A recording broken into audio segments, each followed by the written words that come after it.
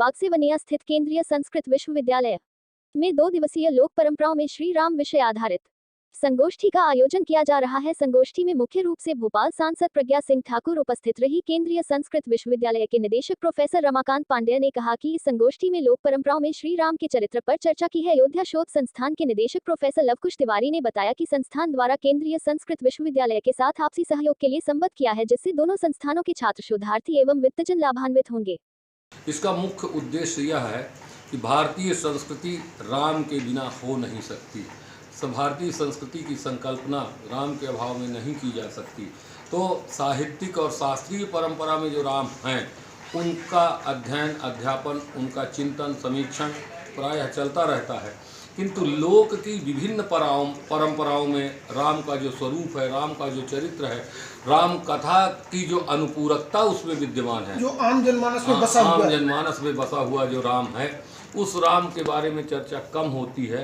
तो अयोध्या शोध संस्थान और केंद्रीय संस्कृत विश्वविद्यालय ने उस दिशा की ओर सोचने का उपक्रम किया और ये 2 दिन की राष्ट्रीय संगोष्ठी आयोजित है। इसमें पूरे देश से लगभग 25 विद्वान बाहरी जो हैं वो आए हुए हैं, जिसमें आसाम से भी विद्वानों को बुलाया गया है और केरल से भी लोग आएंगे, कर्नाटक, तमिलनाडु की परंपराओं से भी बात होगी, उड़ीसा की लोक परंपरा में भगवान श्री राम के बारे में चर्चा होगी और हमारी यहाँ की जो परंपरा है बघेली, बुंदेली, अवधी, इन सब में तो चर्चा होगी ही होगी। आसाम की लोक परंपरा में अगर हम देखते हैं तो ब्रजवल्ली जो परंपरा है, वो जहाँ राम विजय नाटक जो लिखा एक महापुरुष शंकर देव ने, वहाँ जो राम का चरित्र है, मणिपुर की परंपरा में जो राम का चरित्र है, उन सब का समीक्षण इन 2 अखिल लोक में जो व्याप्त है उनका हो रहा है। और इसमें राष्ट्र के जो बड़े ही प्रसिद्ध विद्वान हैं, जैसे आचार्य मतलब प्रसाद त्रिपाठी, जिनको आप मेरे बगल में देख रहे हैं, ये इनका जीवन भगवान श्री राम के लिए समर्पित है। अहरनिश राम नाम का स्मरण तो करते ही हैं, लेकिन रामचरित्र को लेकर अनेक महाकाव्यों की रचना की है। लोक में जो राम की व्याप्ति है उसको लेकर के भी आपने ग्रंथों की रचना की है। प्रोफेसर अभिराज राजेंद्र मिश्र जी यहाँ आए हुए हैं, जो कि पद्मश्री से समलंकृत हैं, उन्होंने भी जानकी जीवन महाकाव्य लिखा हुआ है। और प्रोफेसर राधा वल्लभ त्रिपाठी जी आए हुए हैं और रहस बिहारी द्विवेदी जी आए हुए हैं। इस तरह से राष्ट्र के बहुविस्तृत जो मनीषी हैं वो यहाँ आए हैं। तो और इसके अतिरिक्त भी अयोध्या शोध संस्थान के साथ भी कोई टाई अप हुआ है? हाँ, आज हम लोगों ने अयोध्या शोध संस्थान के साथ एक अनुबंध, जिसे MOU या मेमोरेंडम ऑफ अंडरस्टैंडिंग जिसे हम कहते हैं, वो हम लोगों ने किया है। उसमें हमारी अनेक शैक्षणिक और सांस्कृतिक गतिविधियाँ हम दोनों संस्था मिलकर के करेंगे। के लिए उनकी चिंता किसी वाल्मीकि की होती है और उन दिनों के जो प्रथम संवाददाता नारद हैं, उन्होंने लोक में मनुष्यों को मनुष्यता का आधान करने के लिए जिस चरित्र की खोज किया वो चरित्र श्री राम है। और उनकी खोज के अनुसार आज जन्म लेने के समय भी जो गीत गाया जाता है जच्चा और बच्चा के, जहाँ सूतक में वेद मंत्रों का उच्चारण नहीं होता, तो कहा जाए गर्भाधान से ही उसमें राम ही आते हैं और सारे संस्कारों में राम ही रहते हैं। और जिस समय उनका जीवन का समापन होता है उस समय भी राम नाम ही सत्य होता है। जीवन में मनुष्य अपने घर में जब जातक पैदा होता है तो सारे संस्कारों की जो लोकगीत हैं उनमें वो राम को ही बनाना चाहता है, राम का ही संस्कार करना चाहता है।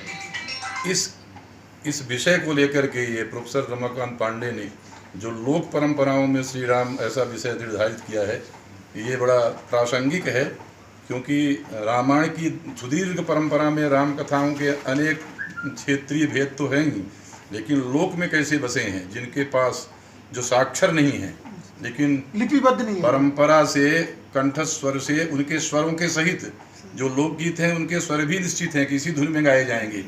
तो दादी नानियों के द्वारा अपनी बहुओं बेटियों को जो दिया गया संस्कार है उसका उन्मूलन करने के लिए जो प्रयास है ये बड़ा प्रशंसनीय है और अनुकरणीय भी है। हाँ, इस वर्ष लक्ष्य रखा गया है कि अधिक से अधिक शैक्षिक और सांस्कृतिक संस्थानों के साथ उनका एक समझौता हो, जिसके अंतर्गत भगवान श्री राम के सांस्कृतिक और आध्यात्मिक पक्ष के साथ साथ लौकिक पक्ष को भी उभारते हुए विभिन्न संगोष्ठियाँ कराई जाएँ, प्रकाशन के कार्य कराए जाएँ और सांस्कृतिक आदान प्रदान के क्रम के साथ साथ शोध छात्रों को मौका दिया जाए। हमारे संस्थान के छात्र आपके यहाँ आए और आपके छात्र हमारे संस्थानों में अध्ययन के लिए आएँ।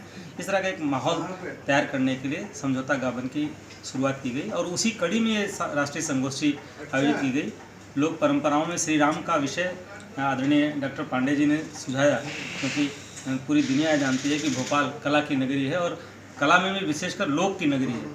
तो लोक का इससे अच्छा जो अभिव्यक्तिकरण है वो कहीं नहीं हो सकता।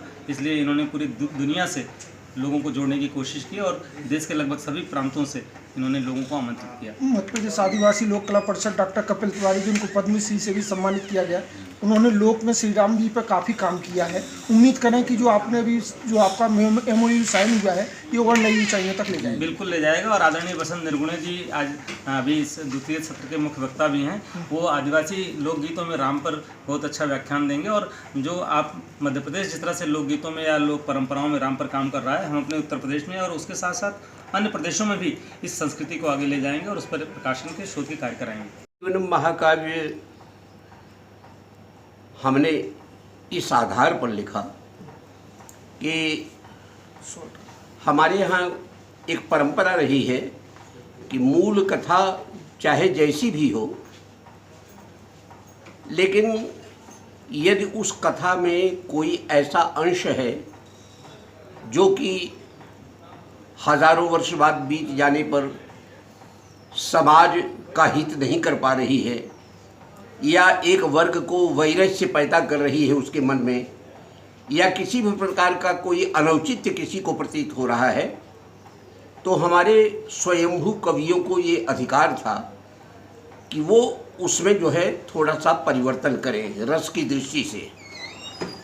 ये परिवर्तन का ये तात्पर्य नहीं था कि हम मूल कथा को अस्वीकार कर रहे हैं। मूल कथा तो जैसी जिसकी हुई है उसी रूप में रही, उसमें कोई परिवर्तन कर नहीं सकते। लेकिन इसको जो है हमारे यहाँ साहित्य शास्त्र में इसको प्रकरण वक्रोक्ति नाम दिया गया है। प्रकरण वक्रोक्ति का मतलब है जब कवि औचित्य की रक्षा करने के लिए, लोक मानसिकता की रक्षा करने के लिए, या जनता के हित की रक्षा करने के लिए, या रस संवेदना की रक्षा करने के लिए, जब कवि अपने विशेष अधिकार से किसी प्रसंग विशेष में कोई थोड़ा परिवर्तन करता है, उसी आधार पर मैंने जानकी जीवनम में भी परिवर्तन किया।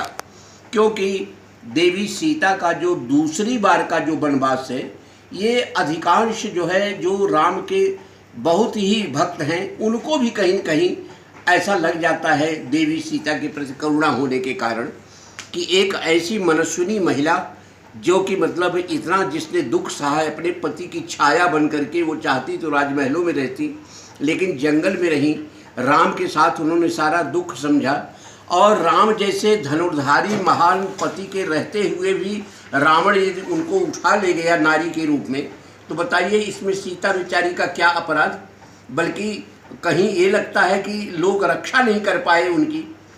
अच्छा, उस अब जिस सीता के लिए राम इतने मतलब विक्षिप्त रहे पूरे वर्षा ऋतु भर, उन सीता को प्राप्त करने के बाद उन्होंने इतने कठिन वचन बोले कि अब मैंने अपने पौरुष का प्रदर्शन कर दिया सीता, और हमने तुमको जो है रावण के बंद से